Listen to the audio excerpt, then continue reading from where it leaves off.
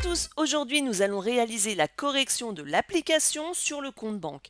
Si vous voulez réaliser cette application en amont, vous pouvez la télécharger dans les commentaires en format PDF. Donc nous allons débuter cette correction.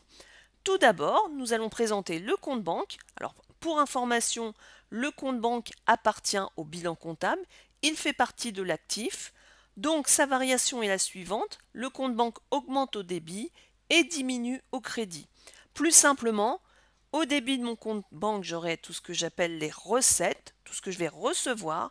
Au crédit de mon compte bancaire, ça sera toutes mes dépenses. Alors pour débuter l'ouverture d'un compte, eh bien évidemment, on va devoir reporter le solde. Donc là, nous avons un solde débiteur de 18 900 euros. Ça veut dire qu'il nous reste 18 900 euros sur mon compte. Donc un solde débiteur à l'ouverture d'un compte se place au débit, comme ceci. Le 5 novembre, je réalise un chèque pour acheter des marchandises. Donc si j'achète des marchandises, c'est que je vais dépenser de l'argent. Donc, dépense moins en banque. Donc, je crédite mon compte bancaire de 16 423 euros. Alors, l'idéal, là, pour le moment, on est un petit peu dans le côté schématique, serait aussi dans le libellé de mettre le numéro du chèque.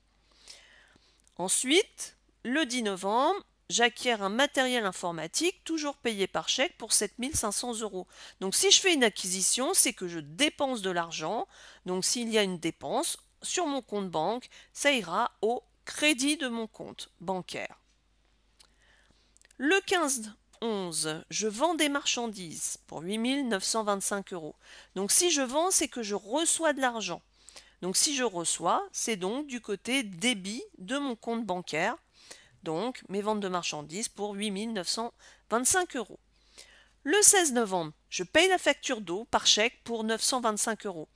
Donc si je paye, c'est que je dépense. Donc mon compte bancaire diminue de 925 euros.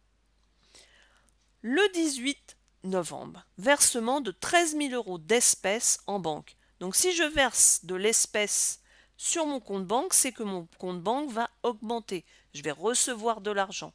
Donc s'il augmente, ça va du côté débit, donc pour 13 000 euros. Le 22 novembre, je vends des marchandises comme nous l'avons déjà vu. Ça ira donc au débit. Je ne refais pas tout le détail. Enfin, le 30 novembre, paiement des salaires par virement. Donc, si je paye, c'est que je dépense. Donc, ça ira au crédit de mon compte bancaire. Donc, vous voyez, ce n'est pas très compliqué à remplir. Il suffit d'avoir la bonne gymnastique. Attention à ne pas confondre avec votre propre compte bancaire. Alors, une fois que j'ai terminé, il y a une dernière chose à faire. C'est de faire les totaux des débits et des crédits. Donc, les deux côtés devant est égaux.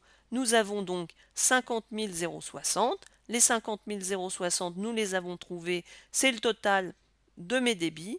J'ai beaucoup moins en crédit. Donc, j'ai mes débits supérieurs à mes crédits.